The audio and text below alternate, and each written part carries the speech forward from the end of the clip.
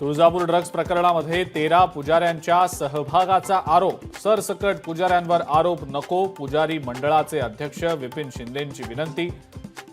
35 पैकी 21 आरोपी फरार। खुलताबादचं नाव रत्नपूर करण्याची संजय शिरसाटांची मागणी। शिरसाटांच्या मागणीवरनं इम्तियाज जलील आक्रमक। शिवसेना आणि भाजप नेत्यांवर केला हल्लाबोल। उद्धव ठाकरेंना श्रीकृष्णाचा अवतार म्हणणाऱ्यांनी बाळासाहेबांचे विचार सोडले। बावनकुळेंचा ठाकरेंच्या शिवसेनेवर हल्लाबोल, तर भाजपच्या डोक्यातला कचरा काढा, राऊतांचा पलटवार। भाजप महाराष्ट्रात कसा जिंकला हे जनतेला माहिती। 55 लाख मतं कशी वाढली, काँग्रेस नेते राहुल गांधींचा सवाल। तर वक्फ कायदा हा संविधानावर हल्ला, राहुल गांधींचा भाजपावर हल्लाबोल। कोल्हापूर सत्र न्यायालयाकडनं प्रशांत कोरटकरला जामीन मंजूर। 50,000च्या जात मुचलक्यावर जामीन मंजूर।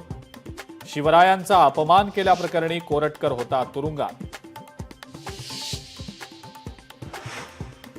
संतोष देशमुख हत्या प्रकरणाची उद्या चौथी सुनावणी होणार। जिल्हा सत्र न्यायालयात सुनावणी। सरकारी वकील उज्ज्वल निकम सुनावणीला हजर राहणार। संतोष देशमुख हत्या प्रकरणाला 4 महिने पूर्ण। 4 महिने उलटूनही देशमुख कुटुंब न्यायाच्या प्रतीक्षेत। एसआयटी सीआयडी नेमूनही आरोपी कृष्णा आंधळे अजूनही फरारच। आणि मनसे नेते संदीप देशपांडेंना एका अज्ञात व्यक्तीकडनं धमकीचा फोन। मराठी विरुद्ध मराठी वादाच्या पार्श्वभूमीवर धमकी। दादर पोलिसात तक्रार दाखल।